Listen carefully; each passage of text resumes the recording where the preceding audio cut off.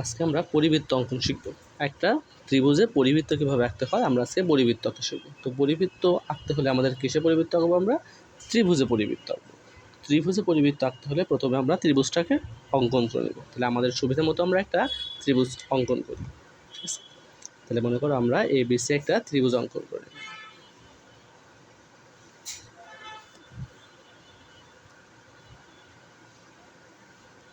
আমরা মনে করি A, B এবং C আমাদের সেই নির্দিষ্ট ত্রিভুজ। এখন আমরা এই নির্দিষ্ট ত্রিভুজে পরিবৃত্ত অঙ্কন করব। তো একটা কথা মনে রাখবা যে যখন আমরা পরিবৃত্ত অঙ্কন করব, পরিবৃত্ত অঙ্কন করার সময় বাহুকে সমদ্বিখণ্ডিত করতে হয়। তাহলে পরিবৃত্ত অঙ্কনের সময় কী করতে হবে? পরিবৃত্ত অঙ্কনের শর্ত হচ্ছে বাহুকে সমদ্বিখণ্ডিত করো। তাহলে যে কোনো দুই বাহুকে সমদ্বিখণ্ডিত করো। তাহলে আমরা এখানে AB এবং AC বাহুকে সমদ্বিখণ্ডিত করব। তো সমদ্বিখণ্ডিত করার নিয়ম কী ছিল? অর্ধেকের বেশি পরিমাপ নিয়ে। তাহলে আমরা যদি পরিমাপ নেব, সেই পরিমাপের অর্ধেকের বেশি ব্যাসার্ধ নিয়ে এই পাশে একটা বৃত্তচাপ, তার বিপরীত পাশে একটা বৃত্তচাপ। আবার সেমভাবে A বিন্দুকে ধরে সেম ব্যাসার্ধ নিয়ে এখানে একটা বৃত্তচাপ, এখানে একটা বৃত্তচাপ।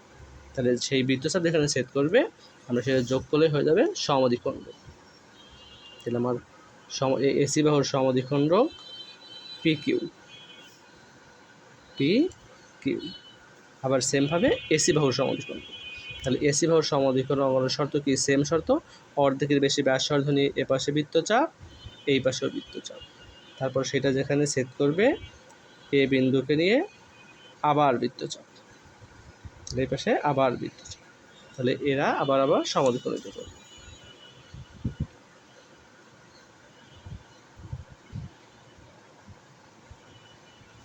আছে ST।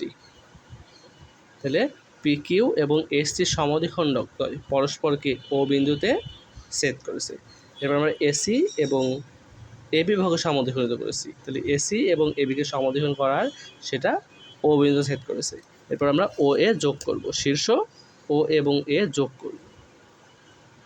তাহলে যদি OA যোগ করি, এরপর ওকে কেন্দ্র করে OA সমান ব্যাসার্ধ নিয়ে, ওকে কেন্দ্র করে OA সমান একটা কি নিয়ে? ব্যাসার্ধ নিয়ে আমরা একটা বৃত্ত অঙ্কন করি। তাহলে উক্ত বৃত্তই নির্ণেয় পরিবৃত্ত। তাহলে পরিবৃত্ত অর্থ যেই বৃত্ত একটা ত্রিভুজকে বেষ্টন করে রাখে সেটা হচ্ছে কি বৃত্ত? পরিবৃত্ত। ঠিক আছে, খুবই সোজা। তাহলে এইভাবে আমরা পরিবৃত্ত অঙ্কন করব।